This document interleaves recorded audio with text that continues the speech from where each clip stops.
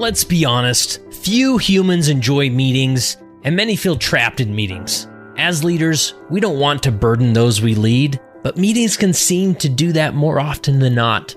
We wanted to address the pain of meetings through the Meetings with Saints library. Here we have 15 plus presentations dedicated to improving the meetings we run.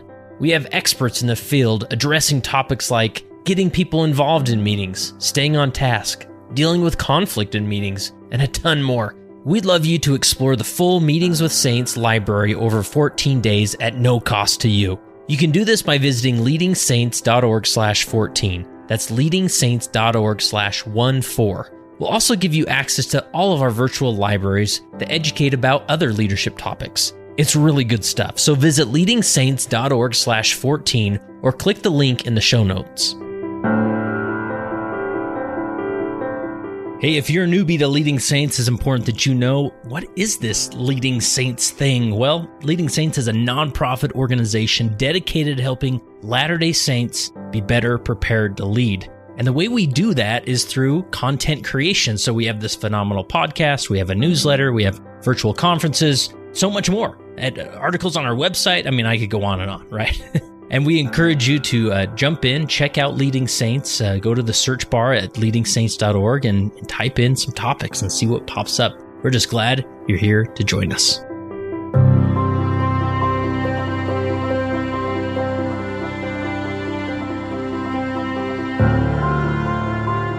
Today I'm in the home of Lee Van Dam. Welcome to the Leading Saints podcast. Thank you. My pleasure. Yeah, now I'm trying to think. So this is where I found your book. I always take a glance at the bestsellers on Amazon of, they have different categories: Mormonism, the Church of Jesus Christ, Latter-day Saints, and this book called The Sacrament, A Historic View popped up there. And I thought, that sounds really interesting. Why haven't I heard about this yet?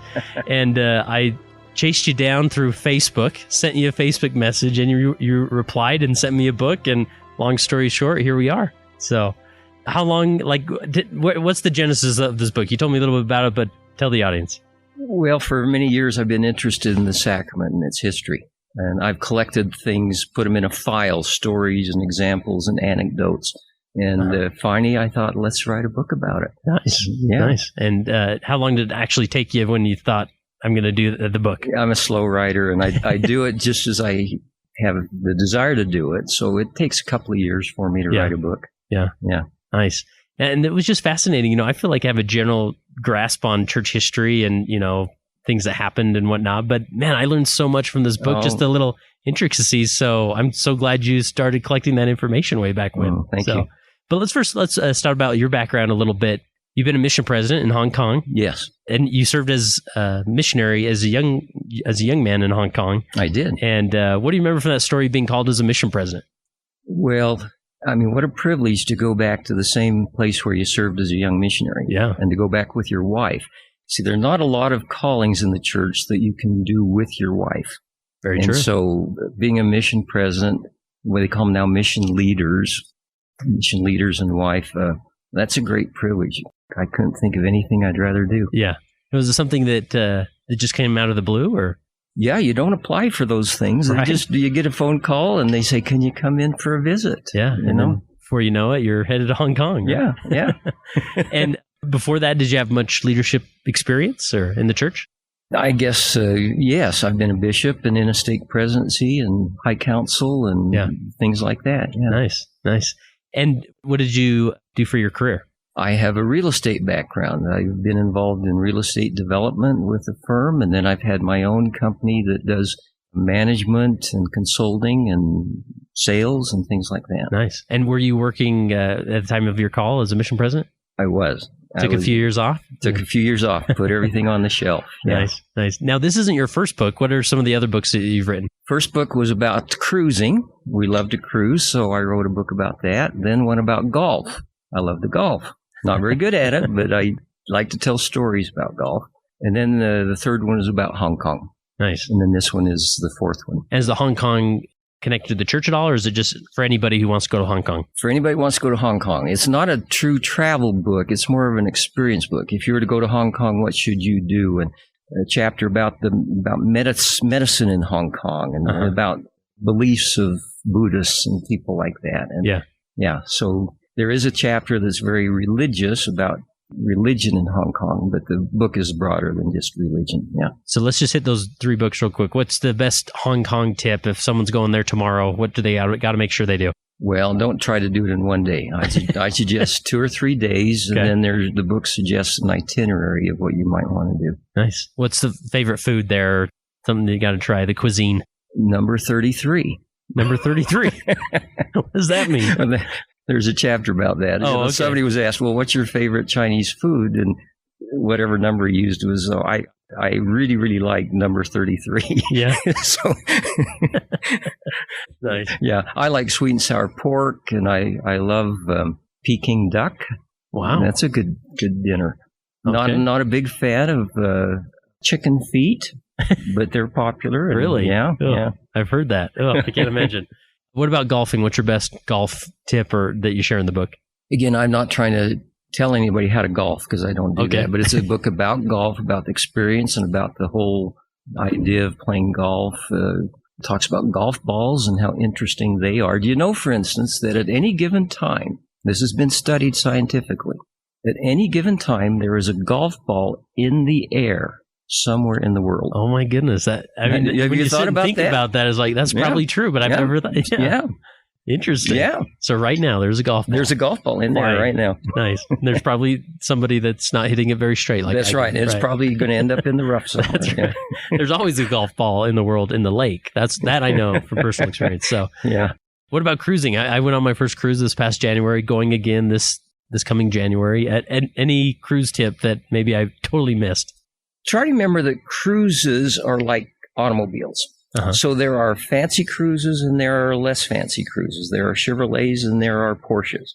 So part of the idea is to pick the right itinerary, but also to get the ship that you'd be comfortable on. Uh-huh. Some are very young-oriented ships that party a lot. Others cruise, as they call them. Yeah. Others are for people like my wife and I, where we just enjoy seeing things and going to ports and having nice food. Yeah. Yeah, ours was, I think the demographic was a little bit older, so there wasn't like water slides or all these things. But it was really nice. The food was great, beautiful views, and man, the spa was great. The gym was awesome. So, but yeah, I've heard that they vary quite a bit. So. And you'll find it's a real bargain if you were to try to do the same things without being on a cruise ship. Go to the same ports and do the same type of things. You'd spend more than you do on a cruise. So cruising is considered to be a pretty good bargain. Especially now. For 2 years, cruise ships couldn't sail. They couldn't pay people to walk on those. So now they're open again, and there are some deals out there. Yeah. So when's your next cruise? We just got back from one. Oh, you did? Where'd you go? We cruised on the Danube River in Europe. Oh, wow. We had a fun thing. We went to the Oberammergau Passion Play, held every 10 years in the little village of Oberammergau in Germany. And as part of that, we spent the first week traveling through Germany and Austria, and then we went on a riverboat on the Danube for the last part of the trip. Wow. Do you know about Oberammergau? I can't even say I've heard of that before. I'm getting you off course, but let me tell you about it. So 400 or 500 years ago, there's this little village in Germany, and there's the Black Plague going through Europe, and it's wiping out villages, and just hundreds of thousands of people are dying. So these dear people in the city, in the little village of Oberammergau, prayed to Heavenly Father. They said, if you will save our village, we will present a play about Jesus Christ and do that faithfully. Oh, wow. They were spared. So then they began putting on a passion play. At first they did it each year. Then it became every 10 years.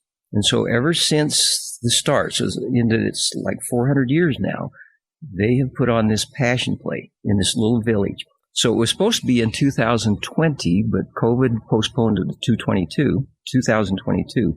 So to the year 2000, year 2010, year 2020, it'll be in 2030 again. Oh, wow. Here are the rules. There are about 2,000 people involved in this passion play. It goes all day long, and they put it on successive days. But it's a long thing, and it's in German. But in order to be in the play, in the cast, or to do the stage things, or be the singers or the orchestra, you have to have been born in Oberammergau, little village. Oh, wow. Or you need to have lived there for 20 years. So it's very particular. Yeah. So it's kind of cool. You see hundreds of people on the stage acting out the triumphant entry into Jerusalem by Christ. All of them are Oberammergau people. Wow. It's Interesting. really good. Interesting. So is it hard to get into, like as far as buy a ticket and go? Tough ticket. You have to, is there a waiting list or lottery or? Yeah, we first applied to go to it in October of 2017. Oh, wow. So that was 3 years before the play. We arranged to get tickets. Wow. So And- yeah, wow. it's a tough ticket. Interesting. Yeah. Well, man, little factoid. You should go. I do. It's on my bucket list now. Oberammergau is a great little city. Just really neat. Cool. Awesome. So this is your first, the Sacrament, A Historic View. This is your first church-related book. It is. And was that intimidating at all, or or make it more exciting? It is. And I should say, I'm not trying to create any kind of new doctrine in this. Yeah. Okay. So I hope I didn't overstep my bounds. I read every word, and I think you did great. I'm not trying to create any kind of new policies or anything. I'm just trying to tell you what I understand to be the historical evolution of the sacrament. Nice. Yeah. Well, I want to jump into that. So maybe let's just hit on some high points of the history from, I guess, the first time the sacrament was passed as a formal church was when the church was created. It was formalized, right? Right. Yeah, and the cover of the book shows that. It's the meeting on April 6th, 1830 in the Peter Whitmer home. Mm-hmm. And it's interesting. What day of the week was that, Kurt? Oh. It wasn't a Sunday. No? It was a Tuesday. Okay, Tuesday. All right. I'm going there in October. That'll be good to use. Yeah, immediately we're not on course with having sacrament meeting every Sunday. Uh-huh. So there's an interesting look at how often sacrament meeting was held. And it wasn't always consistent. It wasn't always on Sunday. In the early days of the church, it was held when it was convenient. And the church, as it spread beyond just the Kirtland area and the Nauvoo area and all of that, you had all these branches all over the place, and they kind of held the meeting when they could. Yeah. And there was persecution raging, and you had to hide in order to meet. Yeah. So what are some other just high points of the history, like bringing us towards modern day that stand out for you? Well, okay, so that was obviously an important thing. For those 2,000 years, there was no sacrament, authorized sacrament. Then it was restored, and that's talked about in the scriptures. It was interesting that the sacrament was talked about and the offices in the priesthood were talked about, but there's nothing in the scriptures that tells you how to do the sacrament. Okay? The only thing that tells you a little bit about how to do it is it says the priest should kneel with the congregation. So that was the practice in the church when the congregations were smaller, and eventually the church changed that policy to saying that just the person saying the prayer could kneel. Yeah, that's interesting. I never realized that there was a time where everybody in the sacrament... Yeah, and that's scriptural. Would kneel. Is that Doctrine and Covenants 20 or what? Uh-huh. Yeah? Okay. Yeah.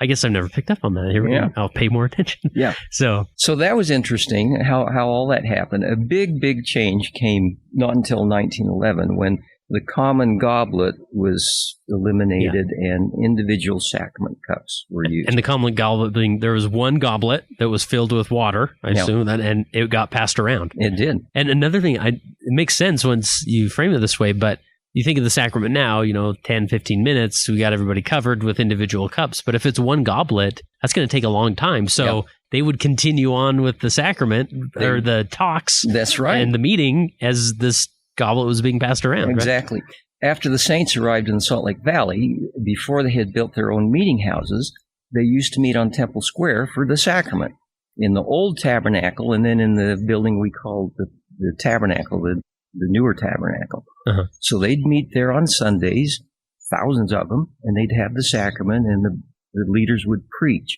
And because of so many people needing the sacrament, it was passed while Brigham Young was speaking, and he was known for speaking at length sometimes. And I always think back then there wasn't a whole lot to do. So it's like, you might as well listen to Brigham Young talk more, So later, when they started building their own meeting houses throughout the valley, then that was changed. But for many years, the sacrament services were held on Temple Square. Huh. And when you mentioned that there was like one goblet, I should clarify that in a meeting like that, there was actually a set of goblets. Oh, okay. And pitchers. So you'd bless the pitchers of water and everything, and then you'd send out a group of goblets throughout the congregation. Gotcha. But they were just passed from person to person. Yeah. Yeah.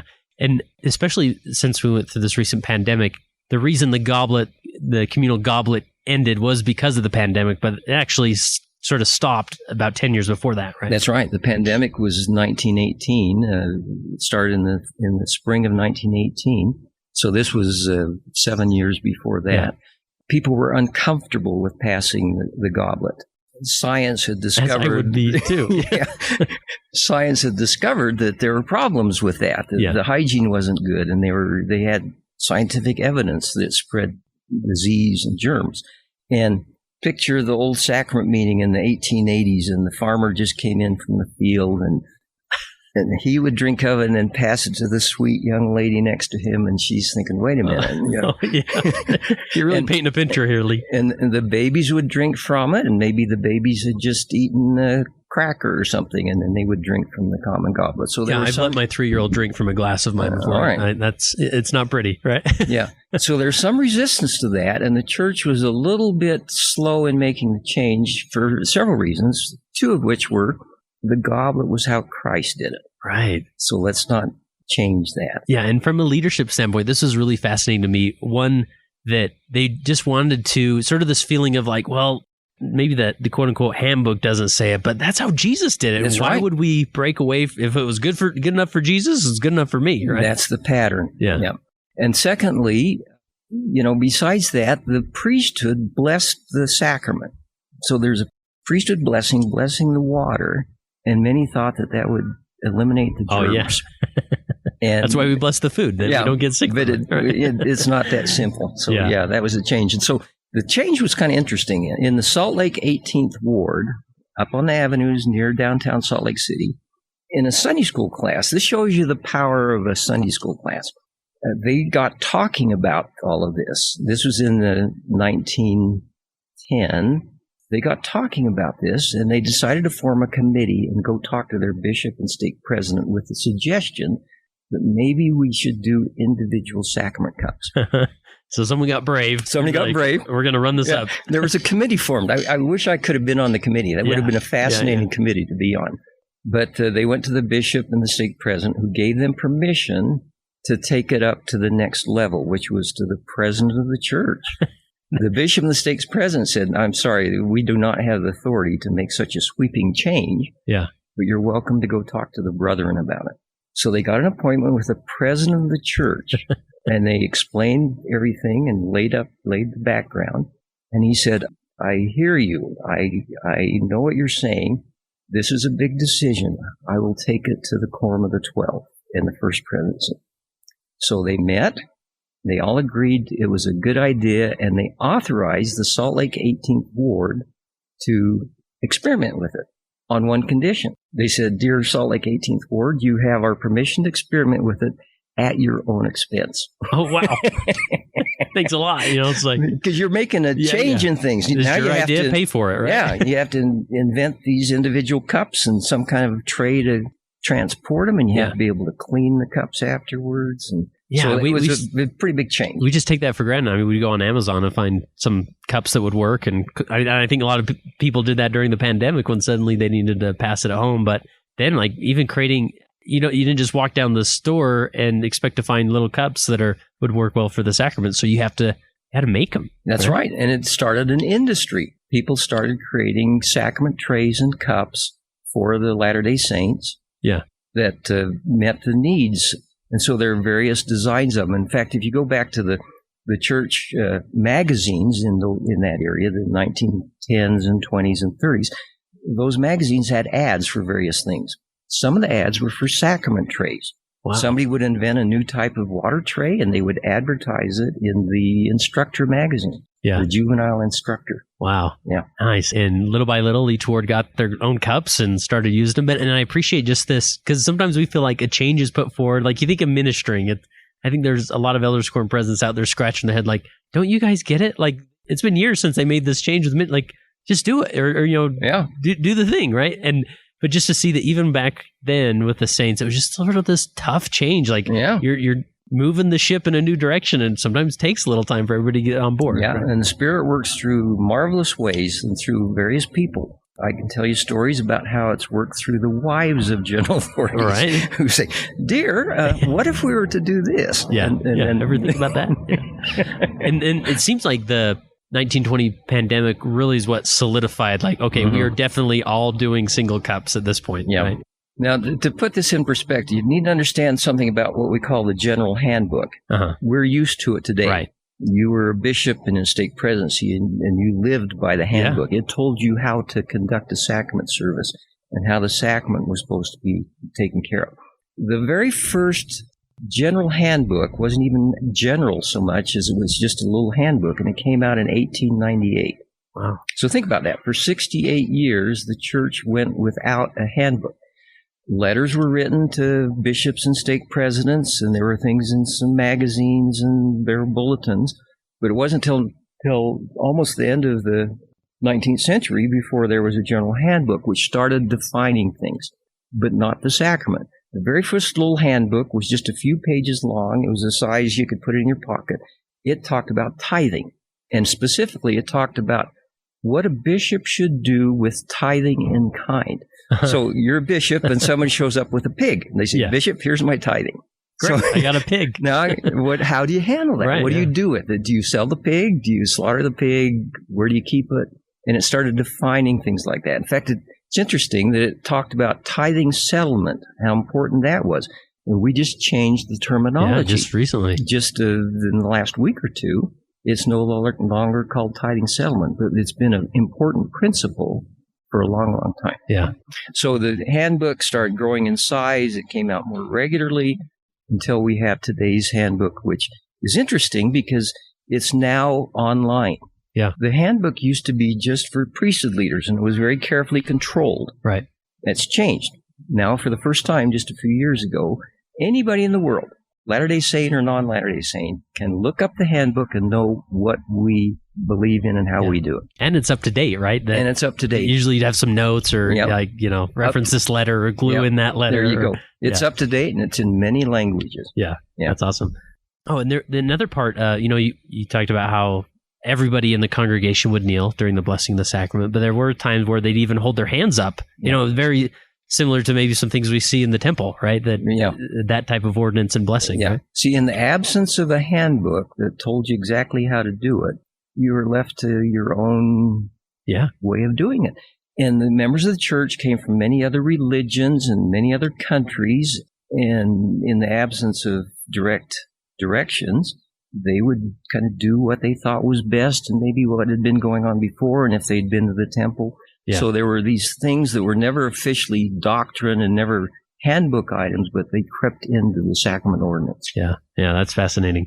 Another thing I learned, there was a time that, and I think it was more recent, where on a general conference weekend, people would gather at the chapel maybe in an evening and partake of the sacrament. How long ago was that? Well, and I have to study the dates on that, but general conference has changed over the years. Yeah. Now we have general conference Saturday and Sunday, 4 or 5 sessions. It didn't used to be that way. When I was young, there was a general conference session always held on the 6th of April. Even if it was a Thursday or a Wednesday, we held general conference on that date. Oh, fascinating. You'd have that, and then you'd have the Saturday, Sunday, or you'd have a Saturday, Monday if the 6th was a Monday. And the sessions were different. They were different lengths and different kinds of speaking. And sometimes all that. They'd have like a welfare session. Yeah, right? exactly. Yeah, and the General Sunday School Union would have their own little conference, and the Mutual would have their conference in June and all that. So anyway, you're here having sacrament meetings, and sacrament's very important. We want to have it as often as we can. And here comes General Conference. So there was a period of time when after General Conference was finished, you'd go over to the meeting house and have the sacrament again. Yeah. And we used to do that for state conferences, too. State conferences used to be quarterly. That's right. And every stake presidency is like thinking, what? I would have to do this quarterly? Yeah. And it was the practice to go over to the meeting house afterwards and have the sacrament. A short meeting, and then the sacrament. And back then, this is probably before the block schedule, and so people were used to going back to the church maybe in the evening. That's right. Yeah, the block came out in 1980, and this was well before that. Yeah. Tell me about obviously before the block schedule, like these organizations or auxiliaries back then definitely felt more like independent at times. Like they were running on their own and type thing. So how does the Sunday school, what's the story behind Sunday school and Sacrament? Yeah, great story. So the Sunday school was established by someone who wasn't doing it by assignment. He established it after the saints arrived in the valley. He thought it was good to get the young people together and educate them better in the gospel. So Sunday school was held first in just a small group, then several small groups. And as it grew, the general authorities realized it was a good thing. So they said, let's adopt this. And they said, let's adopt this, make sure it's held regularly, and let's have the sacrament served each time we have Sunday school. So in 1877 was when the sacrament began being served in Sunday school. And the bishopric was encouraged to attend Sunday school. Sunday school began as just something for young people, and then the adults got involved, and pretty soon the bishopric is asked to attend and make sure it's done right, and the sacrament begins to be served. So from 1877 to 1980, so for 103 years, we had the sacrament in Sunday school and in sacrament meeting, meaning that we go twice each Sunday to have the sacrament. My grandkids don't believe I'm telling the truth on that because they don't know what that's all about. But we used to get up in the morning on Sundays, go to priesthood meeting, go back home, pick up the family, go to Sunday school, go home, rest in the afternoon, come back in the evening, have a sacrament. And you'd have sacrament in both Sunday school and sacrament. We did. Nice. And as a deacon, I liked that because I was able to serve the sacrament, to pass the sacrament, or be involved in the sacrament at least twice each Sunday. Yeah, interesting. And I mean, to us, it sounds so foreign, but I mean, was there ever the question like, why are we double dipping today? Like, why are we doing this twice? I mean, but it was just the way it was done, right? Yeah, it's what we did. Yeah. Tell me about, this is a new thing. I actually asked my dad about it, and he remembered the sacrament gems. What were the sacrament gems? Sacrament gems were great. My very first talk at a pulpit in church was to give a sacrament gem. So I was probably, I might have been 4 or 5 years old. And the church sent out to all the wards and branches a specific sacrament gem. They sent it out by way of the church magazine, the instructor, and it would say, this is this month's sacrament gem. It's a short statement about the Savior and the sacrament that is to be repeated, said by a person, then repeated by the congregation prior to the blessing of the sacrament. Wow. It's called the sacrament gem. Wow. And so these were short so that you would say it, and then everybody would say, then come up and say it right after. They'd repeat after you, and then the sacrament would be blessed. Wow. And they were focused on the Savior and scriptures and whatnot? Yeah, they came from the sacrament hymns or from the scriptures. Typically, that's the source of the short little sacrament gem. And if you had a junior Sunday school in your ward, which our ward did, the senior Sunday school would be upstairs meeting and having their own sacrament. Downstairs would be the young children, and we had a sacrament service for them, and their sacrament gem was very short, like Jesus wept. That might be all that it was. And during this time, they did primary during the week, right? Yes. So during Sunday school, you had place for children, sort of a Sunday school for children and younger kids, right? That's right. Our junior Sunday school met in what we call the Relief Society room, which was used by the Relief Society on weekdays, but not on Sundays. Yeah. And then all the adults would be in a separate room. They would be upstairs in the chapel. Uh-huh. And the meeting was conducted by the Sunday school superintendency, not by the bishopric. Yeah. And then that eventually got changed. Yeah. Yeah. And it used to be a Sunday school superintendent. Yeah. And now it's a Sunday school president. I believe President Nelson changed that, right? That's right. President Nelson's first general assignment in the church was to be the general Sunday school president of the church. He had been the stake president of the Bonneville stake and then was called to be the general Sunday school president. And President Nelson, he doesn't sit on things, and he began making recommendations. He would meet often with the president of the church, and he'd say, President, we have a president for the primary and a president for the young women, but we have a superintendent for the Sunday school. What do you think about the idea of making all of us presidents? Yeah. And this president church says, I like that idea. And pretty soon they made the change. That's awesome. So there was that, and it was also called the Deseret Sunday School Union, and President Nelson suggested that the word Deseret be dropped from it. And now today we have the General Sunday School Presidency, right? That's right. That's interesting. Yeah. And President Nelson was involved in that assignment for, I'm thinking, 8 years or something, and he made he was the one, and his assistants and the general authorities brought into play during that period of time the way we do Sunday school now, with kind of rotating through the topics and making sure all wards were coordinated and doing the same type of thing in Sunday school. Yeah, that's fascinating. What about, you mentioned, where's some interesting places that the sacrament has been administered? Yeah, I love the chapter on that.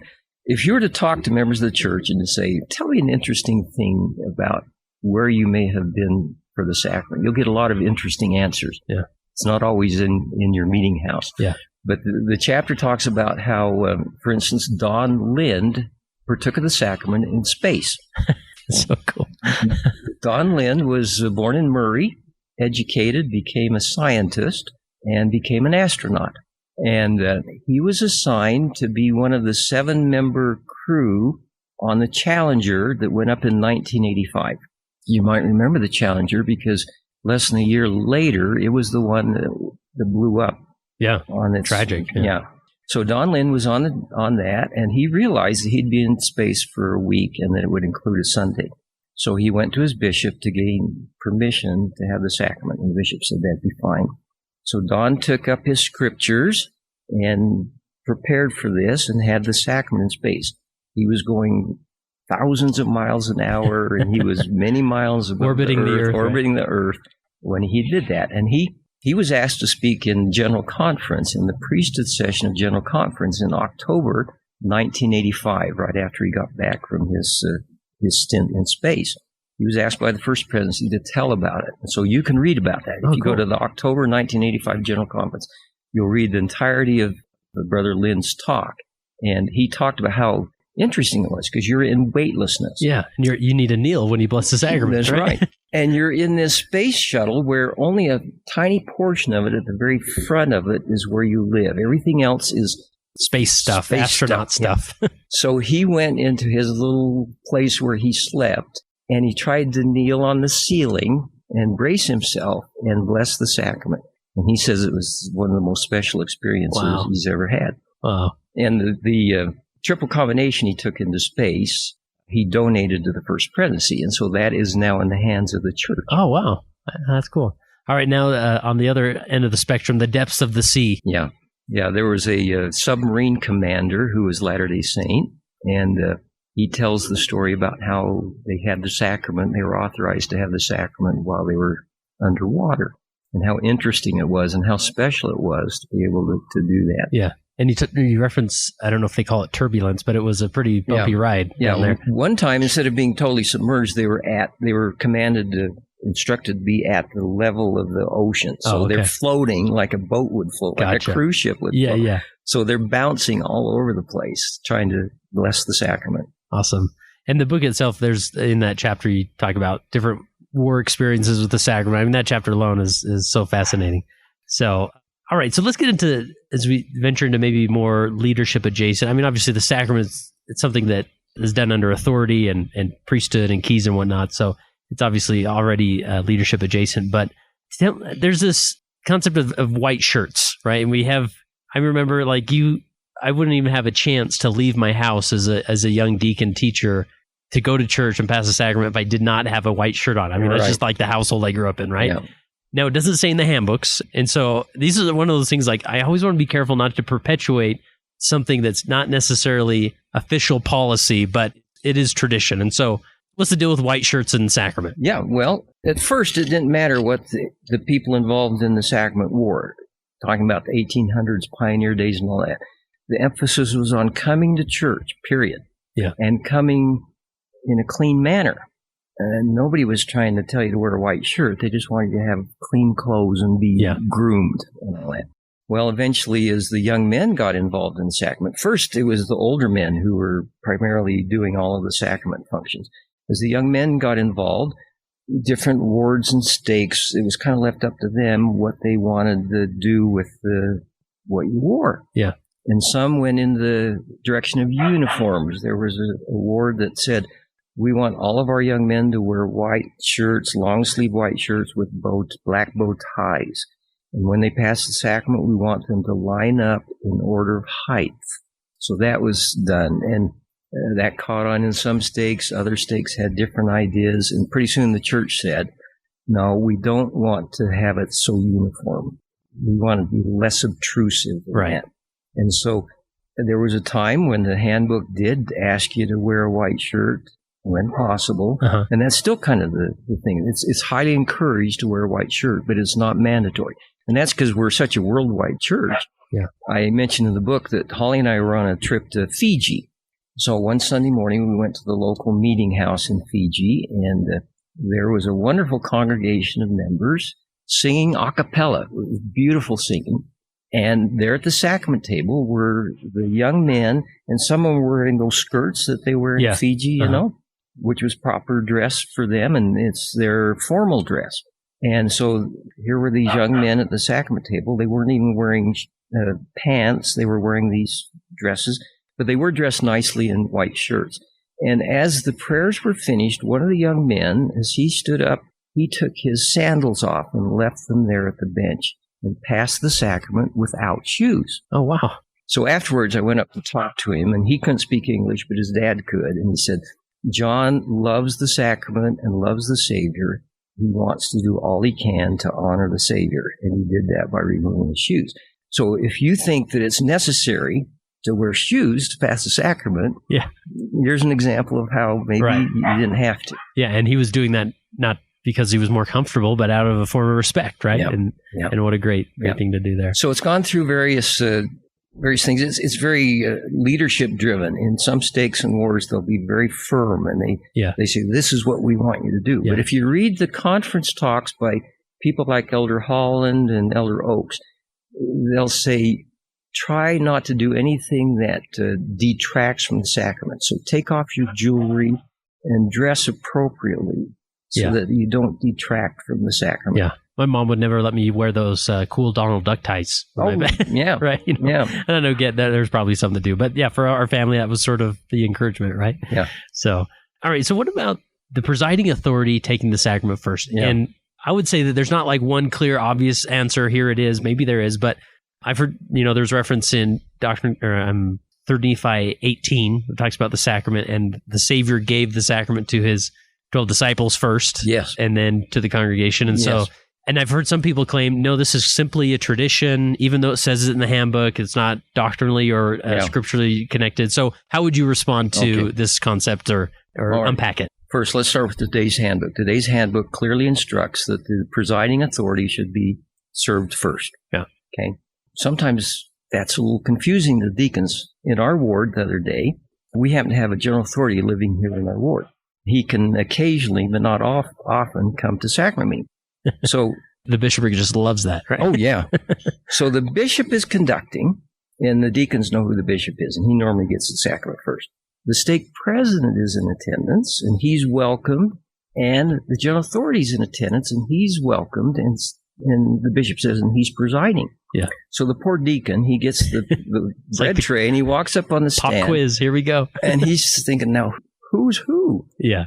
And so the bishop points down there, and the stake president points down there, and they finally are able to give the sacrament to the right person. So it's very clear today how we do it. But there was a time in the church where it wasn't that well defined, and it just made sense to give it to whoever the leaders were. Yeah. And at one time, two deacons were instructed to walk up on the stand, stop, and stand in the middle of the stand, and then begin serving and moving towards the edge of the stand. So whoever was there got it next. But think about this. You mentioned the Book of Mormon example. Okay, when Christ instituted the sacrament during the Last Supper, he prepared the sacrament, he blessed the sacrament. Who got it first? Did the presiding authority get it first? No. Right? That would be Jesus Christ, right? We don't know for sure who got it first. Maybe he did, but nobody recorded it. I don't think he took it first. I think he passed it. He was passing the sacrament. He was passing it to others. When the church was restored in the Whitmer home on April 6, 1830, Joseph Smith and Oliver Cowdery presided and did the sacrament. They blessed the sacrament and then began passing it. And to my knowledge, there's no record of who got it first. Oh, interesting. I don't think they passed it to themselves first. Yeah. I'm not sure. Yeah. Wow. So for many years, it was just obvious we should go to the presiding authority. That made sense to us. But there was a time in the church, if I'm not mistaken, that a high counselor was considered to have authority. So if the high counselor was in your sacrament meeting, here's the bishop, his counselor is the high counselor. The high counselor would get the sacrament first. Oh, wow. That's no longer the case. Right. A high counselor does not preside. He does not have keys. And so if a high counselor attends your meeting, he does not get past the sacrament first. Yeah. So I assume this is the case, but if President Pace shows up, the general Sunday school president, he's an auxiliary or an organizational leader, so he would not preside, right?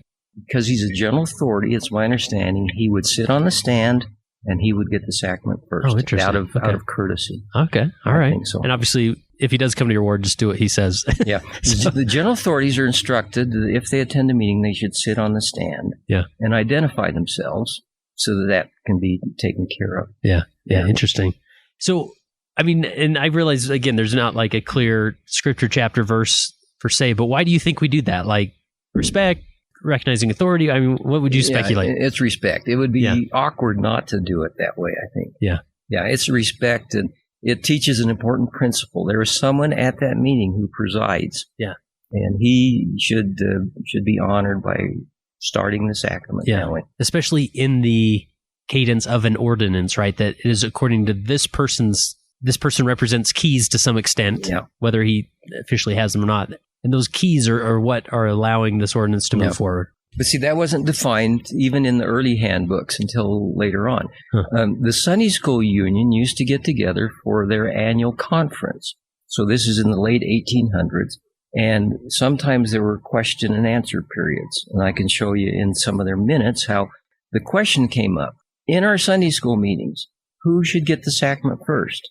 And they kind of, the one leading the conference says, well, we'll have to look into that. I'm not sure.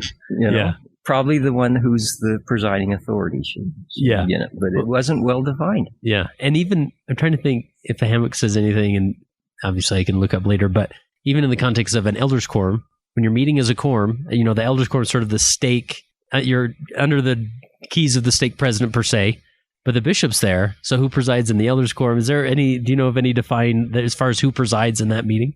Well, okay, so the elders quorum president, he already has the meeting planned, he's got the prayer planned, and who's giving the lesson. But the minute the bishop shows up, he's in charge. Okay. And the elders quorum president should probably say to the bishop, we're so glad to have you here.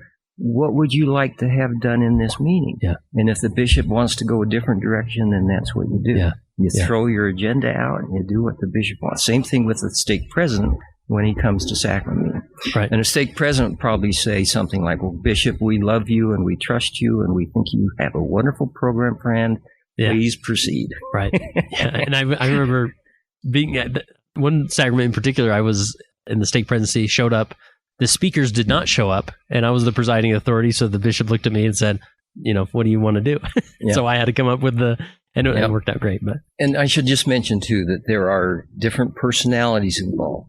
There are some general authorities who, when they come to a sacrament meeting, expect to have a different sacrament meeting than what was planned. Right. Others are happy to just let it happen. So over time, there have been different personalities and different ways of doing that. Sometimes they come with an agenda. They come and they say, I'm here because I need to talk to you. Yeah. Other times they just come as a nice visitor and they're happy to let you. Yeah. Fascinating concepts. And a lot of these things, we don't think about them because they just sort of happen, but then something changes and we're like, oh no, what do we do now? So they're fun to talk about here and there. Worthiness to partake the sacrament. This is, I think even in recent years, been really a touchy subject of, part of the role and the authority of the bishop, that he can restrict ordinances, one of them being the sacrament. So from your standpoint and understanding, what can you teach us about what's going on there? Why do we do that? Anything come to mind? Yeah. Well, as I see it, there are two types of worthiness. The worthiness to partake of the sacrament and the worthiness to participate in preparing, blessing, and passing the sacrament. So two different kinds of worthiness there. The scriptures, as I understand it, there are 4 places in the scriptures that talk about worthiness as it pertains to the sacrament. They all kind of say the same thing, that you really should be worthy to partake of the sacrament. It's a very special thing. And if you partake of it unworthily, that's not good. So that's scriptural. So the church has almost always said that that's what needs to be done. And so you'll find that the handbook says to a bishop, if someone who's being involved in the sacrament is not worthy, you know of a transgression, you should ask him to repent and take care of that before he participates in the sacrament. Yeah. So that's the instruction. Now, whether you can always carry that out, I'm not sure. It also says that that the sacrament is for the members of the church, but bishops are instructed not to withhold the sacrament from others who attend the meeting.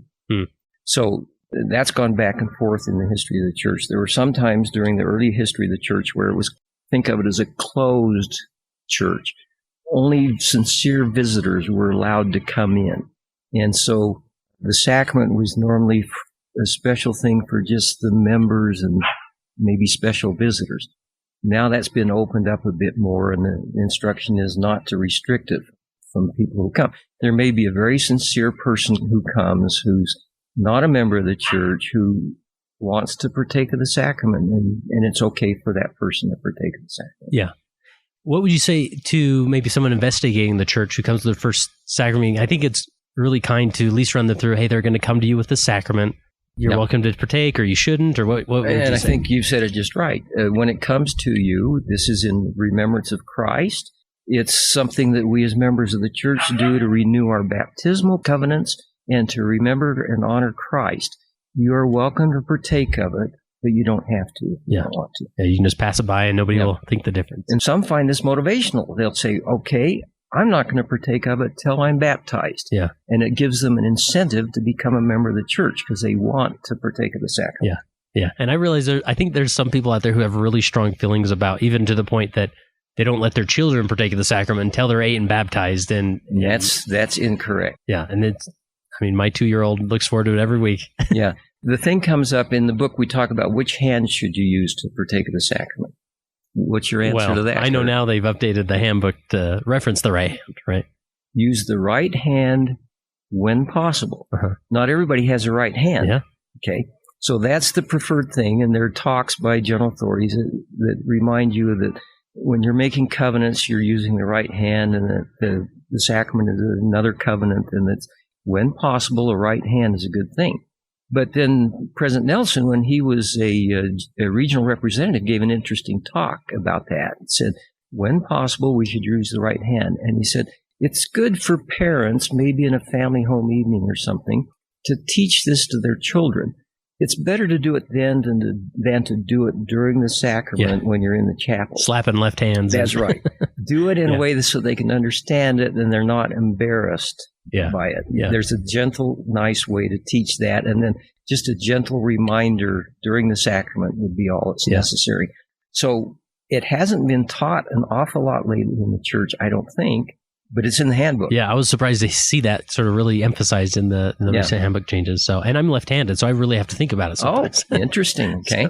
So there, I've heard this concept discussed in several contexts and talks and whatnot. You reference a talk by Elder Delbert Stapley in October 1965. As far as partaking, he says, partaking of the sacrament, we renew all covenants entered into with the Lord. Is that sound doctrine, or what do you understand about that? Okay, and you'll notice in the book, I have a chapter about the covenant, how the baptism covenant is renewed as you partake of the sacrament. Then I pause and I say, by the way, there have been some who have taught. Right, yeah. And so I'm not trying to create new doctrine here, but there have been a number of conference talks and other things where they've said very clearly that the sacrament renews not only your baptismal covenant, but all covenants you've made with the Lord. Yeah. So it's different. I mean, whether it's true or not, it's maybe a good state of mind to go into the sacrament with and say, that's right. I'm recommitting to all things, all covenants. Have that in your mind. And as you take the sacrament, you're not just thinking of baptism, but you're thinking of your priesthood covenants and your marriage covenants and your temple covenants. Yeah. And I sort of, when I go to a temple session, I sort of take on that frame of mind, thinking that, I'm here for this person's work that I'm in proxy for, but I see this as a renewal of my own temple covenants in some way. And when I leave here, I want to be just as committed as the first time that I went through. If you go back into the old improvement era, I think it was in the improvement era, there used to be a question and answer thing every month. Okay. Members could ask a question, and then the church would assign somebody, not always a general authority, but it might be an instructor in institute or seminary or something, to answer the question. And in the book, I talk about that. The question came up about, does the sacrament renew all covenants or just the baptismal covenant? And this particular brother who answered the question used references and talks and all that, and he clearly said it renews all covenants. Wow. And so that was printed in the church's magazine. Yeah. But the magazine, it says in small print, the answers do not constitute to prove doctrine. These are, Right. Yeah. So I would say, like, if a leader ever gets that question or is teaching about the sacrament, maybe that's a concept you could introduce, but it's not that the church has a statement saying this is doctrine. Right? I think we're in the habit of saying that it renews the baptismal covenant, but it maybe does more than that. Yeah, sure. Let's see.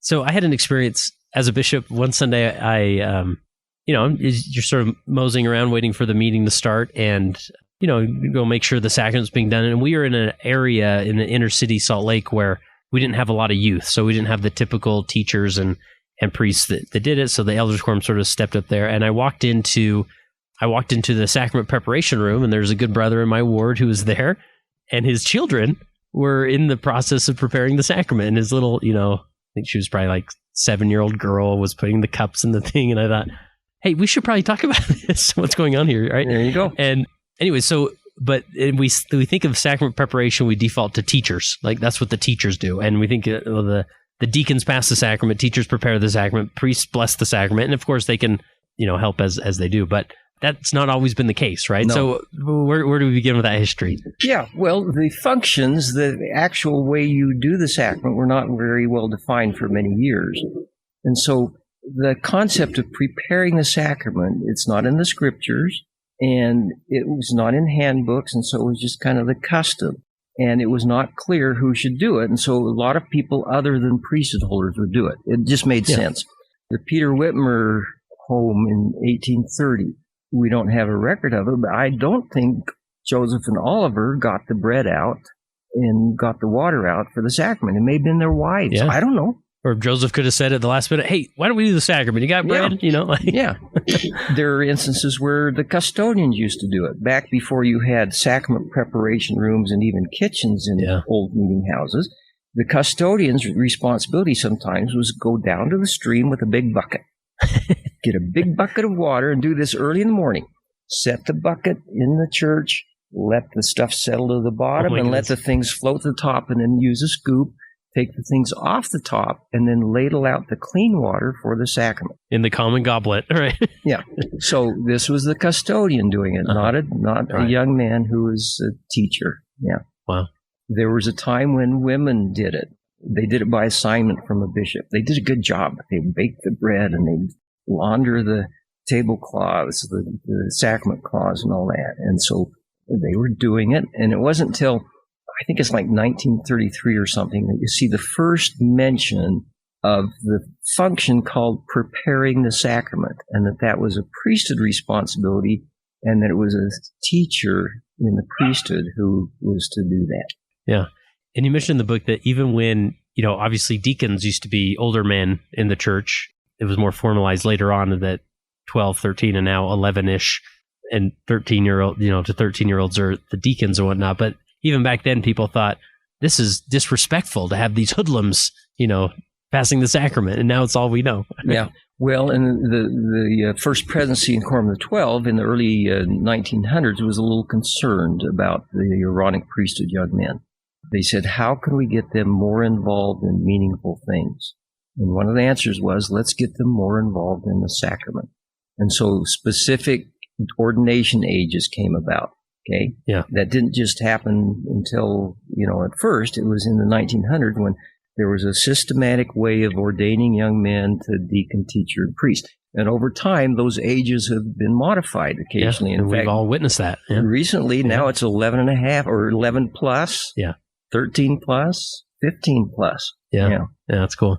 So what about this? Will there be a sacrament meeting someday where Jesus Christ presides? What's the deal with that? All right, I'm going to open up the book because I don't want to say this incorrectly, but there are several scriptures that talk about how when Christ returns again, there will be a great meeting held, and the sacrament will be served. So you can call it a sacrament meeting. In attendance, and this is from Doctrine and Covenants 27, will be Jesus Christ, Moroni, Elias, John the Baptist, Elijah, Joseph, Jacob, Isaac, Abraham, Michael, who's Adam, Peter, James, and John, and others. That's a sacrament meeting that Christ will preside at. And he talks in terms of this. But I say unto you, this is in Matthew, but I say unto you, I will not drink henceforth of this fruit of the vine until that day when I drink it new with you in my Father's kingdom. And he says, For the hour cometh that I will drink of the fruit of the vine with you on the earth. That's in Doctrine and Covenants 27. So this is after the restoration of the church. He's saying there will come a time when I will again drink of the fruit of the vine with you on the earth. He's talking about a future sacrament meeting. Gotcha. Wow. Now, the question comes up, so do we have the sacrament in heaven? I have no idea. Yeah. And we don't necessarily know the location of that sacrament meeting. It's just going to happen somewhere. Yeah. And those people are going to be there and others. Yeah. Yeah. Yeah. Oh, that's cool. Those are the fun things to think about. And I hope I'm on the guest list. Wouldn't that be a privilege? Right? Yeah. I hope they can Zoom the meeting. Right. So that it gets broadcast to all the members, all the world. Yeah. Could see it happen. Really cool. Well, Lee, this has been a fun conversation. Any point or concept you want to make sure we cover that we didn't already, or did we do a good job? You did a great job. This Awesome. is a pleasure to be with you. It's a wonderful topic, and I'm grateful to be able to visit with you about it. Well, I'm so glad you wrote the book. And, I went into it sort of, some history-focused books.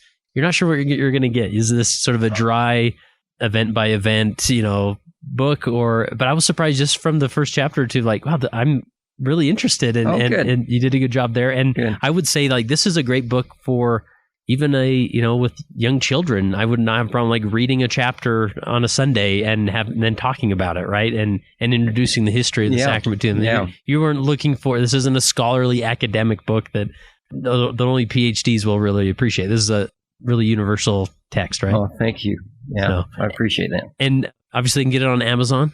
You can. And hopefully... And through Brigham Distributing, or just send me an email. And I don't like to sell the book because it's about the sacrament. So if you'll contact me, I'll give you a copy of the book. Listen, we'll buy the book if you promise to keep writing. And if that motivates you enough, we'll do it. So any ideas for your next book, or what's it going to be?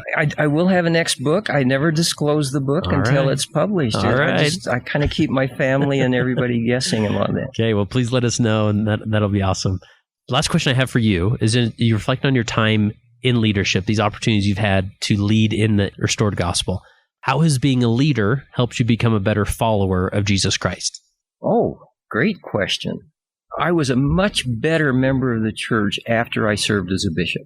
I was an even better member of the church after I served as a mission president. I was a better member of the church after I served my first mission as a young man. Yeah. Leadership does wonderful things to strengthen you and to give you a perspective so that you're more in touch with what the gospel really means. It's a wonderful thing. Even if you're just like the chorister in primary, it helps you see what's going on and helps you feel what's going on. It's wonderful.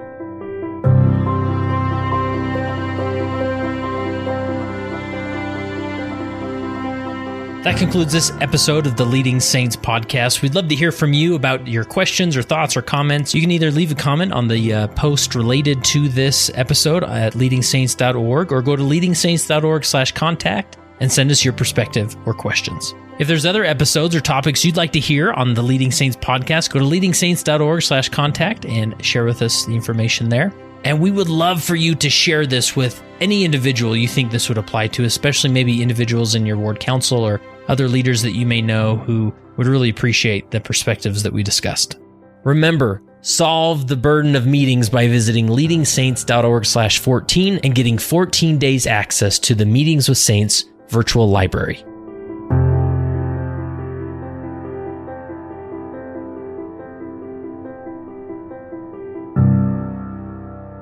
It came as a result of the position of leadership which was imposed upon us by the God of heaven, who brought forth a restoration of the gospel of Jesus Christ. And when the declaration was made concerning the only true and living church upon the face of the earth, we were immediately put in a position of loneliness. The loneliness of leadership, from which we cannot shrink nor run away, and to which we must face up with boldness and courage and ability.